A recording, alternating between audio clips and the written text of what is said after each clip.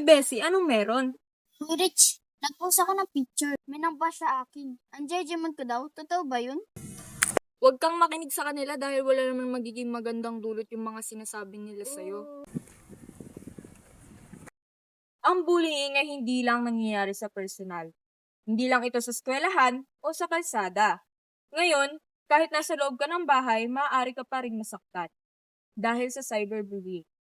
Ano ba ang bullying at cyberbullying?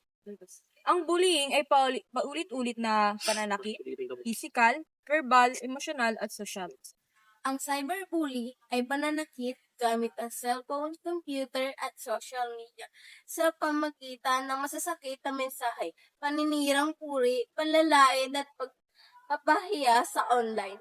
Ang uri ng cyberbully at kanilang epekto: physical na bully, pananapak, pagtulak, pananakit ng katawan o gamit. Pangalawa, verbal na bullying, panlalait, pananakot at paninirang salita.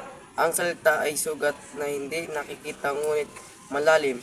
Pangatlo, emotional o psychological na bullying, panghihiyan na ninira ng dangal at pagpaparamdam ng walang silbi at tao.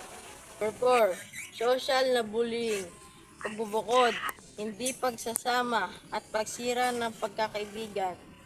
Masakit ang nararamdaman na hindi kakakaibigan. Panglima, cyberbullying, pananakot, panlalait, panghihiya at pagkalat ng maling impormasyon online. Isang post, isang comment o isang message pwedeng sirain ang buhay ng isang tao.